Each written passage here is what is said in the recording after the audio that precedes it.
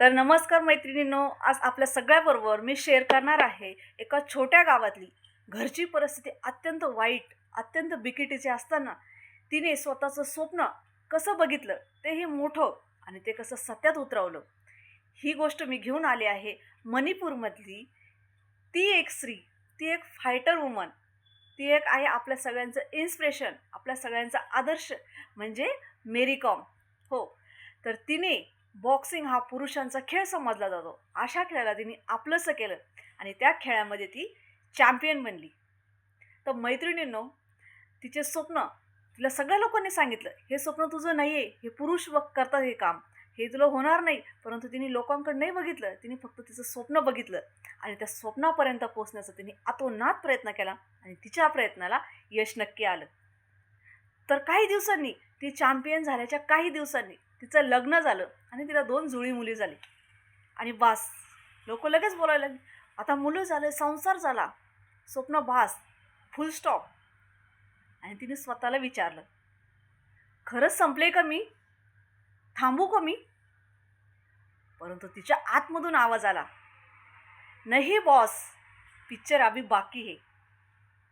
आणि तिने लगेच क्लिक केलं स्वतःला आणि विचारलं, माझ्यामध्ये अजून धडाडी आहे, माझ्यामध्ये अजून हिंमत आहे, मी ते करू शकते. मुलं बाळं सांभाळून, संसार सांभाळून, सगळ्या घरच्या जबाबदाऱ्या सांभाळून, ट्रेनिंग, घरची जबाबदारी आणि लोकांचे बोलणे, हे सगळं तिने सहन करून पुन्हा उठली, कामाला लागली आणि परत रिंगणात उतरली आणि परत पहिल्यासारखी ती एक वेळेस परत चॅम्पियन झाली.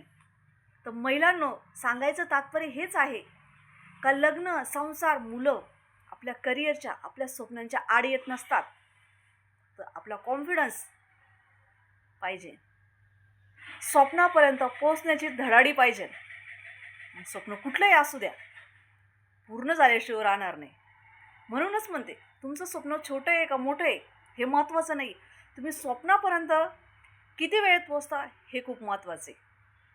आपलं स्वप्न सत्यात कसं उतरवता हे खूप महत्त्वाचं आहे. तर माझा व्हिडिओ आवडल्यास एक लाईक, एक शेअर, माझ्या व्हिडिओसाठी नवीन असाल तर सबस्क्राईब नक्की करा आणि कमेंटमध्ये नक्की सांगा का मेरी कॉमकडून तुम्ही काय शिकला. धन्यवाद.